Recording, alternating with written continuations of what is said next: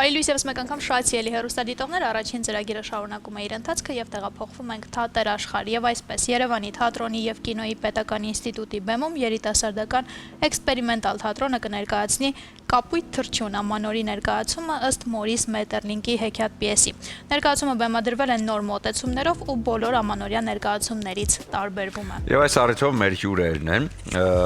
դերասանուհիներ Անե Օսիպյանը եւ Աննա Մանուչարյանը։ Բարի առավոտ։ Բարի լույս։ Բարի Ոնց լույս։ եք։ Լավ, դուք։ Ես կանչ։ Լավ։ Ինչպես ասում են, Կապույտ թռչունը սա Մետերլինկի ամենամիստիկ գործերից մեկն է, հա, որտեղ վաու, աշխարհը միանգամից վերածվում է բնության տարերքներով եւ հերոսներով ու կերպարներով։ Եկեք հասկանանք նախ ինչու ընտրությունը կանգնեց հենց այս պիեսի վրա։ Ընտրել ենք այս պիեսը մեր ռեկտորի Սարան Ալբանդյանի աջակցությամբ, նա է առաջարկել պիեսը եւ մենք մեծ սիրով ընդունեցինք մեր ռեժիսորի հետ, Արմինե Կիրակոսյանի հետ։ Մետերլինկը ինքնին բավականին միստիկ գրող է եւ իր բոլոր ստեղծագործությունները բավականին տարբերվում են։ Իրենք հեքիաթներ են, բայց հեքիաթների տակ ավելի շատ իրականություն է թաքնված, նույնն էլ Կապույտ թռչունն է։ Ունես ավելացնել ինչ-որ բան։ Կուզեմ ավելացնել, որ քանի որ այս ներկայացմամբ եւ հենց այս գործով զարգ է տրվում թատրոնի բացմանը որպես գործող թատրոն, այսինքն ուսանողները այլևս կունենան հնարավորություն ունենալ ներկայացումներ, որը կարող են ներկայացնել հանդիսատեսին, եւ հանդիսատեսը եւս կարող է ազատ գալ, գնել տոմս եւ տեսնել Թատերական ինստիտուտի ուսանողների գործերը, ինչը շատ մեծ հնարավորություն է ուսանողների համար եւ բացման համար ընտրվեց մի գործ, որը իր մեջ կունենա եւ իմաստ, եւ խորություն, եւ գաղափար, եւ ներկայանալի լինելու համար հիասքանչ հնարավորություն։ Պիեսի մասին մի փոքր կպատմեք։ Պիեսի գլխավոր հերոսները Միթիլը եւ Թիլթիլն են։ Ես մամնավորում եմ Միթիլի կերպարը։ Քույր եւ եղբայր են, ովքեր որ գնում են ճանապարհորդելու, փնտրելու Կապույտ թռչունին, ընթացքում հանդիպում են տարբեր հերոսների, լույսին, երջանկությանը եւ միայն վերջում են հասկանում, որ այնինչ փնտրում էին, իրենց կողքին է եւ հենց գլխավոր գաղափարը դա է պիեսի։ Երևի այսքանը։ Այո, ինչպես ես հիշում եմ, ես խաղացել եմ այս ներկայացման մեջ, որը բեմադրված էր եղել մոտ 22 տարի առաջ։ Ով էր դու ներկայացման մեջ։ Չեմ հիշում հիմա կերպարի անունը ով եմ եղել այս ներկայացման մեջ, այո, որտեղ դա 22 տարի առաջ էր ինստիտուտում, բայց հիշում եմ, որ պիեսը վերջանում էր հետեւյալ տողով, հա, Կապույտ թռչունը դուք ձեր մեջ փնտրեք, այսինքն երազանքներին հասնելու այդ ձգտումը եւ երազանքներին արդեն ունենալու այդ ձգտումը պետք է մարդ ամեն յուրաքանչյուրս մեր մեջ փնտրենք։ Դրա նպաստում են բնությունը, ինչպես պիեսում կա, ջուրը, կրակը, դրա նպաստում են իհարկե բնության բոլոր տարերքները։ Սա շատ կարեւոր է։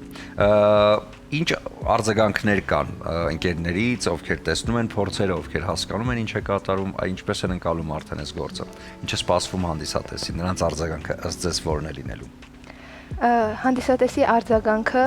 մեր մեծագույն ցանկությունը նա է, որ հանդիսատեսը առաջին հերթին հենց տեսնի այդ գաղափարը, որ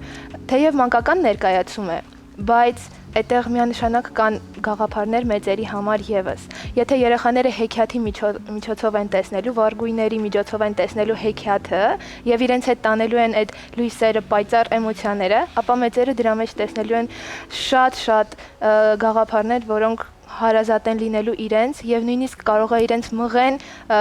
մտածելու մի փոքր այլ ուղղությամբ եւ գտնելու որոշ հարցեր, որոնք վստահաբար բոլորս փնտրում ենք։ Ըստ պիեսի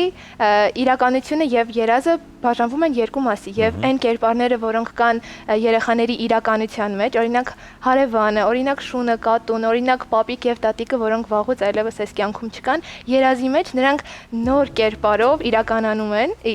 իրականության մեջ գոյություն են ունենում եւ նոր իմաստ են ստանում եւ մարդիկ ովքեր որ եղել են մեր կյանքում ու այլևս չկան եւ նրանք որ դեռ նոր պետք է լինեն մեր կյանքում որտեղ այնտեղ կա հատված երեխան որ դեռ այո դեռ երեխան դեռ որ չի ծնվել ու ինչ էմոցիաներով եւ ինչ գիտելիքներով սպասում է ծնվելուն որ գա եւ բերի այս աշխարհ այն ինչը որ պետք է ստանան եւ մեծերը եւ փոքրերը վերաբերվում է կյանքին եւ կյանքի ավելի դրական դարձնելու ճանապարհին։ Հետեւաբար մենք մեծ հույս ունենք, որ ներկայացումը կօգնի մարդկանց այդ հարցում։ Դուք ներկայացումից ինչն եք վերցրել ամենաշատը եւ ինչա ձեզ ներկայացումը տվել։ Ձեր հեքիաթը որն է ներկայացումից, որը վերցրել եք։ Ներկայացումը ինձ ավելի շատ երևի սովորեցրեց հավատալ հրաշքներին, գնահատել ամեն պահը, գնահատել այն փոքր բաները, որոնք որ լույսը, արևի շողերը, սովորեցրեց գնահատել ամեն րոպեն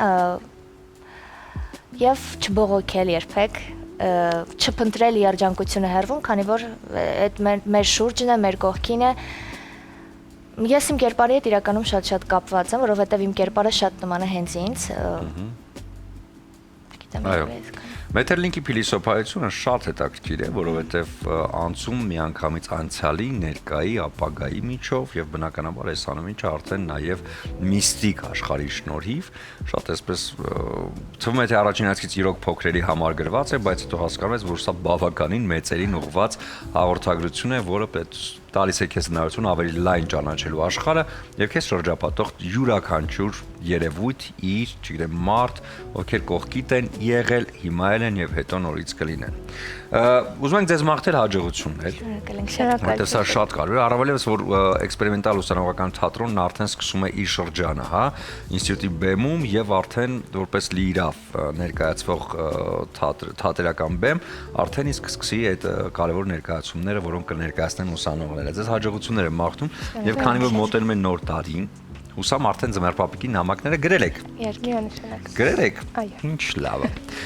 Ուզում եմ ձեզ նվիրել արև բացիկները, որտեղ ներկայացված են հայտնի երգերից հիթեր, որոնք ուղղված են կոնկրետ սրանք նոր տարվան են, հա։ Թող տարին բարի լինի, ուրախություն թող բերի։ Սա կարծում բոլորս գիտենք Թաթայի երգից էր, եւս մեկը էլ ինչ տոնածառ առանց պապ, ձմեռ պապ։ Այս բացիկները նվիրեք նվերների հետ միասին ձեզ համար շատ հարազատ ու կարևոր մարդկանց։